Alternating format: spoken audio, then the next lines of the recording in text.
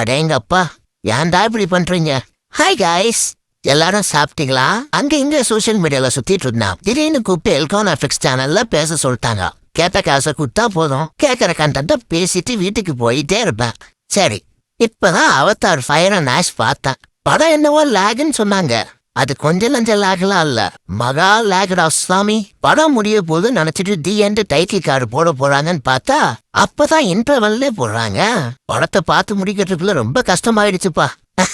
இல்ல இல்ல இல்ல, அதெல்லாம் மத்தவங்க சொல்ற ரிவ்யூ தான். எனக்கு ரொம்பவே பிடிச்சிருந்துச்சு. எனக்கு உண்மையாலுமே படம் லேக் மாதிரிலாம் தெரியல. 3D எஃபெக்ட்லாம் செம்மையா இருந்துச்சு.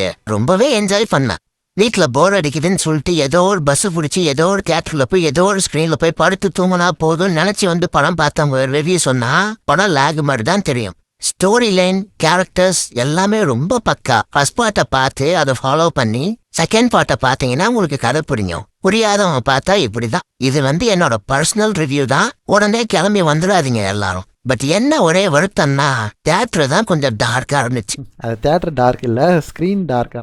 புரியுது, ஸ்கிரீன் தான் டார்க்குன்னு சொல்ல வந்தேன். படம் பார்த்துக்கிட்டே இருக்கும்போது வீட்டுல இருந்து கால் பண்ணிட்டாங்க. திடீர்னு போனை எடுத்தா தியேட்டரை வெளிச்சம் ஆயிடுச்சு.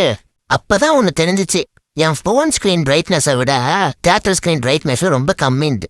எப்பா சாமி, கொஞ்சமாவது மனசாட்சியே இல்லையாடா? இவ்வளோ டார்க்கா வர வைப்பீங்க ஸ்கிரீனை? எந்த தியேட்டர்னு நான் சொல்லல. படத்துல நைட் சீன்னா பார்க்கவே முடியல. கண்ணாடி போட்டா ரொம்பவே டார்க் ஆயிடுச்சு. கண்ணாடி இல்லாம தான் நான் பாதி சீனே பார்த்தேன். நம்மளுக்கே எப்படின்னா பாவம் டைரக்டர் ஜேம்ஸ் கேமரான், அவருக்கே அவங்க ஊர்ல ஏதோ ஒரு தியேட்டர்ல டார்க்கா தான் போட்டு காமிச்சிருக்காங்க போல. பாவம் மனசு உடைஞ்சு போய் இது அவரே ஒரு இன்டர்வியூல சொல்லியிருக்காரு. The exhibitors have never properly stepped up in putting in the new projection technologies that allow the image to be bright enough in the theater. If you solve those two problems, then everything could look like Avatar. I mean, maybe not in terms of the world building, but in terms of the image clarity and quality. And that's something that you can't have in the home. நான் கிளாஸை கழட்டிட்டு பார்த்தேன். அது 3D எப்படி work ஆகுது, எப்படி depth create ஆகுது, எப்படி தியேட்டர் விட்டு மனுஷங்கள்லாம் வெளியில வராங்கன்றது ஆராய்ச்சி பண்றதுக்காக அப்போ நான் கண்ணாடியை கழட்டிட்டு பார்த்தேன். முக்கியமான சீன் அப்ப கண்ணாடியை கழட்டிட்டான். அதுக்குள்ள அங்க எல்லாமே நடந்து முடிச்சக்கப்புறம் திருப்பி கண்ணாடி போட்டு பார்த்தா ஒன்னும் இல்லாத சீனா. ஆனா என்ன, ஆனா ரொம்ப நல்லா இருந்துச்சு. விஎஃப்எக்ஸ்லாம் ரொம்ப பிரமாதம். எவனாவது இந்த படத்துல விஎஃப்எக்ஸ்லாம் நல்லா இல்லைன்னு சொன்னானா அவெல்லாம் ஒரு மனுஷனே கிடையாது. இதுல நிறைய டெக்னாலஜிஸ்லாம் யூஸ் பண்ணியிருக்காங்களா. கண்டிப்பா இதை நீங்க எல்லாரும் போய் தியேட்டர்ல எக்ஸ்பீரியன்ஸ் பண்ணி பார்க்கணும்.